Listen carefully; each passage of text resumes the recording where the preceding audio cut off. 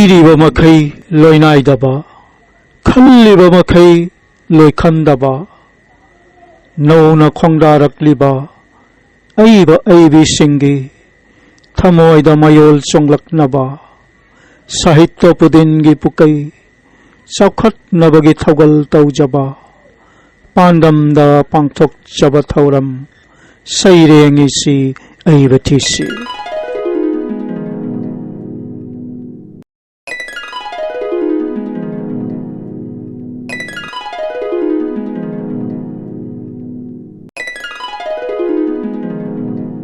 ꯑꯍꯥꯟꯕ ꯃꯛꯇꯗ ꯅꯣꯡꯊ꯭ꯔꯃꯝ ꯀꯣꯃꯣꯜ ꯑꯩꯍꯥꯛꯅ ꯃꯤꯌꯥꯝꯒꯤ ꯃꯐꯝꯗ ꯈꯨꯔꯨꯝꯖꯔꯤ ꯆꯠꯈꯤꯕ ꯃꯦ ꯊꯥꯒꯤ ꯅꯣꯡꯁꯤꯡ 9 2022 ꯏꯪ ꯅꯣꯡꯃꯥꯏꯖꯤꯡꯒꯤ ꯌꯥꯏꯐꯔꯕ ꯄꯨꯡꯐꯝꯗ ꯂꯝꯗꯝ ꯑꯁꯤꯒꯤ ꯃꯥꯂꯦꯝ ꯑꯁꯤꯒꯤ ꯑꯣꯖꯥꯁꯤꯡ ꯑꯃꯗꯤ ꯑꯏꯕ ꯑꯏꯕꯤꯁꯤꯡꯅ ꯏꯔꯤꯕ ꯁꯩꯔꯦꯡꯁꯤꯡ ꯑꯁꯤꯗꯒꯤ ꯈꯔꯇꯪ ꯂꯧꯈꯠꯆꯔꯒ ꯁꯩꯔꯦꯡꯏꯁꯤ ꯑꯏꯕ ꯊꯤꯁꯤ ꯍꯥꯏꯅ ꯃꯤꯡꯊꯣꯜꯕ ꯁꯩꯔꯦꯡ ꯄꯥꯊꯣꯛꯄꯒꯤ ꯊꯧꯔꯝ ꯑꯃ ꯃꯤꯌꯥꯝꯒꯤ ꯃꯐꯝꯗ ꯈꯨꯗꯣꯜ ꯇꯝꯖꯕꯒꯤ ꯊꯧꯔꯝ ꯍꯧꯗꯣꯛꯆꯈꯔꯦ ꯊꯧꯔꯝ ꯑꯁꯤ ꯃꯔꯨ ꯑꯣꯏꯅ नौना चौंथोरक्लिबा अइबा अइबिसिंगी थमोइदा सैरेंग इनिंगबगी वाखल मयोल चौंलक्नबगी पांडमदा पांडमजरगा पुथोकचबनी थौरम मसिना साहित्य पुदिनगी पुकई चाखनबगी थौगल तब फंगजबगी खुदोंग चाबा फंगजरे हाइना लौजरे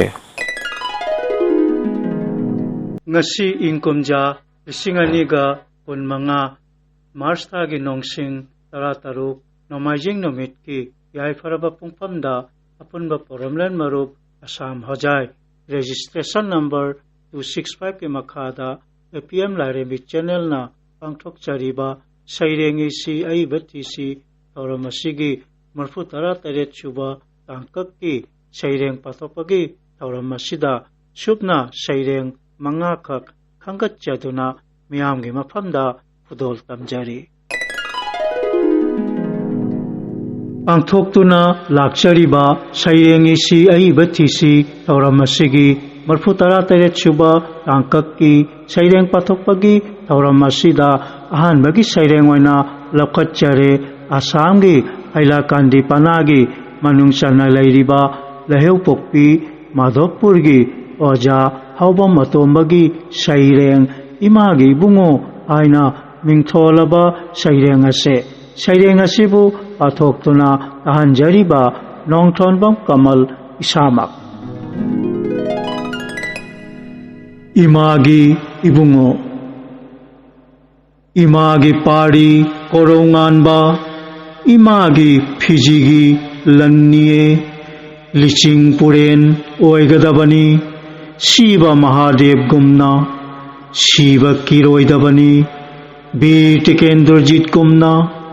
नथौना हुदोक्कदबनी थंगाल बर्जबासी गुमना यज्ञबा लांथेंगनबदा दुर्गागी थौना हापिगे मरान लैबा हाटपदा कालीगी शक्ति पीबीगे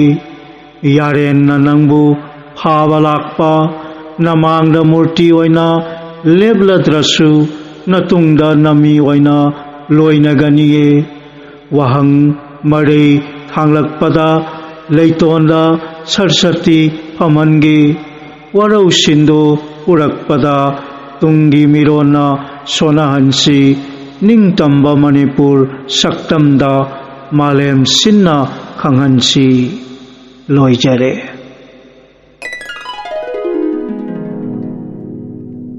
पांथोक्तुना लाक्चरीबा सैरेंगिसी अइबथिसी तौरमसिगी मरफु 13 सुबा तांकक्की सैरेंग पाथोकपगी तौरमसिदा अनि सुबा सैरेंग ओइना लौकच्चरे आसामगी ओजाइपनागी मनुंगचना लैरिबा गीता मंदिर कॉलोनीदा लैबिरिबी ओजानी वाहेंगबम ओंबी सारोंगबम निंगोल मोहिनी बालागी सैरेंग मायोक्लसी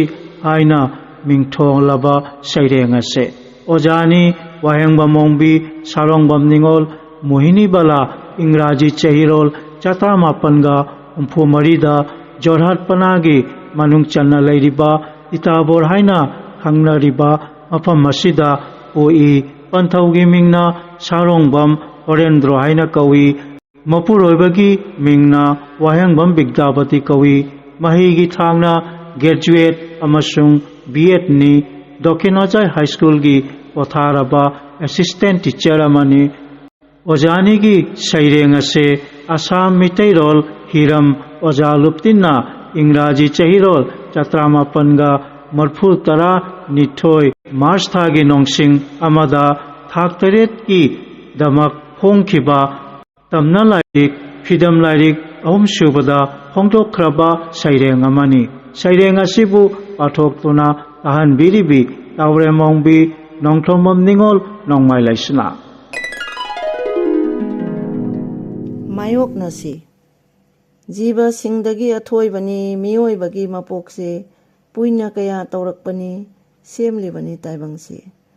मालेम इमाबु ngaksi पलेम पंथौबु खंगसी तुंगी युम्बिरेनबु ओइसी इथौदांगबु कावरोइसी लाइरिक कन्ना औराइसी ngasi हयेंग हाइरोइसी हयेंगी हयेंग फादोक्सी इथौदांगनी खंदोक्सी थांसांगदगी थौबसे खोरजैना हेनबनी मियोइबगी मपोकसे लानफमनी खंगनसी खोरजैदो पाइरसी लानंदो मायोकनसी निंगहन्नबो तौरोइसी अखोई अमत्ता ओइरसी लोइजरी पांथोक्तुना लाक्चरीबा सैरेंगिसी अइबथिसी थौरमसिगी मरफु तरा तरेत सुबा तांककी सैरेंग पाथोक्पगी थौरमसिदा अहुम सुबा सैरेंग ओइना लौखतचरे इमा लैपाक मणिपुरगी ओजा याई स्कूल खैराकपमगी सैरेंग लेंगलकले इमा कैथेल लाइरेंबी हाइना मिंथोलबा सैरेंग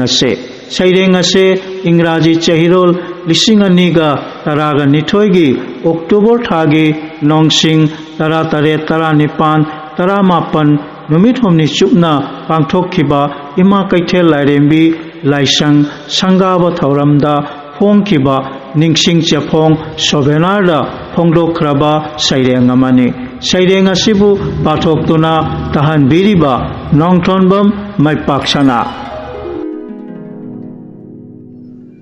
अईगी Ming नोंथोनबम माइपाक्सना Assam हुजाई अमतला खुलेंदा पोक्सबा ngasi aina pajagadoriba सैरेंग असिगी Ming लेंगलकले इमा कैथेल लाइरेंबी अईबा जाय स्कूल खैराकपम मणिपुर लेंगलकले इमा कैथेल लाइरेंबी मैतई पोइरे लमदमदगी मणिपुर सना लेपाक्तगी कंगलई मपुंग याइदगी लेंगलकले इमा लाइरेंबी हुजाई तमना ईगी मरी थीरकले पारी पुरी लीरकले मचा मनाव खंगलकले नोक्तुन कैथेल सना कैथेल ओइरनी वात्ता पादबा ओइरनी अहोंग अचाव फंगलनी कैथेल असिगी मयाइदा निंगथीबा खुबम फंगजरे इमाना मचा मनाव ओइबा अखोइगी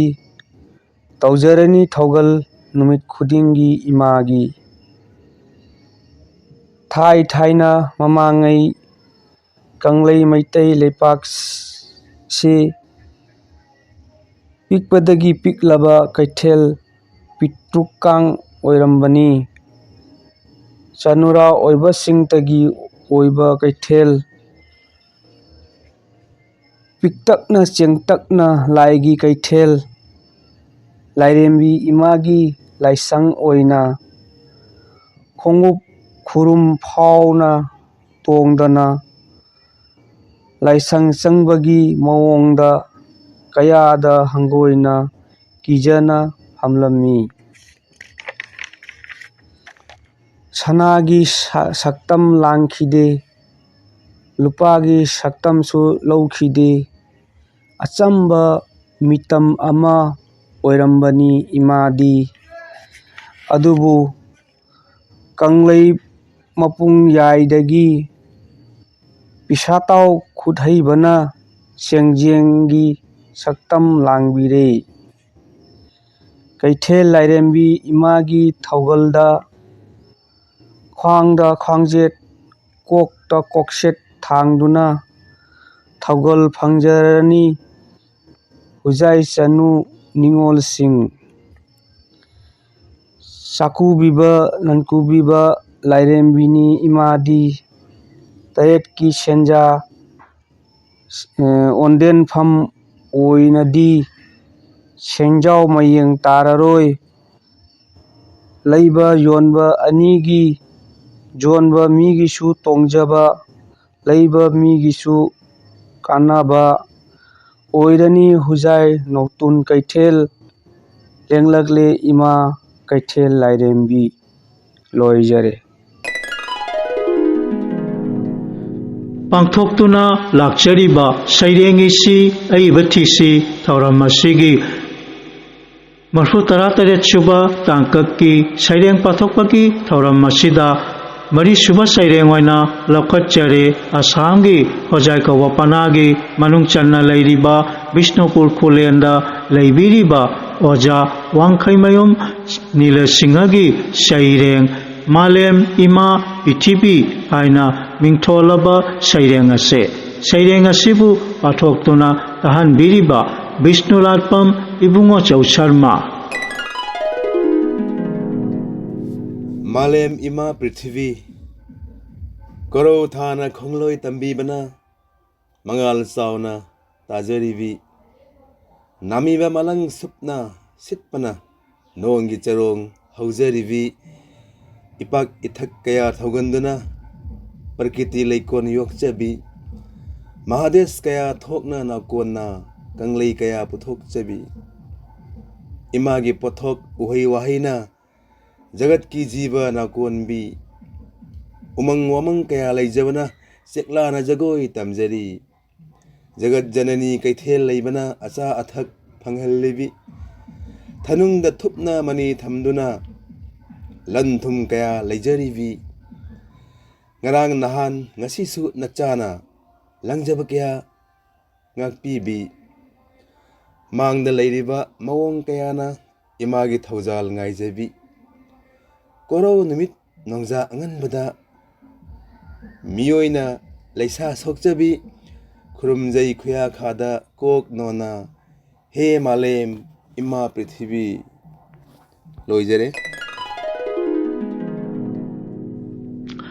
पांथोक्तुना लाक्चरीबा सैरेंगिसी अइबथिसी थौरम असिगी मरफु तरातरेत सुबा तांककी सैरेंग पाथोक्पगी थौरम असिदा मंगा सुबा सैरेंग ओइना लौखटचरे आसामगी गुवाहाटी कौबा लमदमगी बोरबारीदा लैबिरिबा ओजा कप्रब्रम जय कुमारगी सैरेंग पुंसीगी सैरेंग हाइना मिंथोलबा सैरेंग असे सैरेंग असिबु पाथोक्तुना तहनजरिबा नोंथोनबम कमल इसामा पुंसीगी सैरेंग चटली चटली पुंसी लंबिदा कयाम सांगना चटपा कदाय फावबा चटपा कनानसु हायबा ngamdri अदुबु चटली लेपा लैतना मांगदा चंगसिनरी पुंसी खोंगचत पांदम अमगा लोइनाना थौना फना चटखटसी पुंगनिंग लौसिंग तानसिनसी मिथोय मिहेन ओइनानाबा कानाबा खरदी तौरमसी पुंसीगी महै यालनसी पुंसीगी Mahav लैहनसी पुंसीगी मगुन हेलहनसी तांगना फंगलबा पुंसीनी ngamjabi thaduna hotnasi okpagi mahai yalansi loijare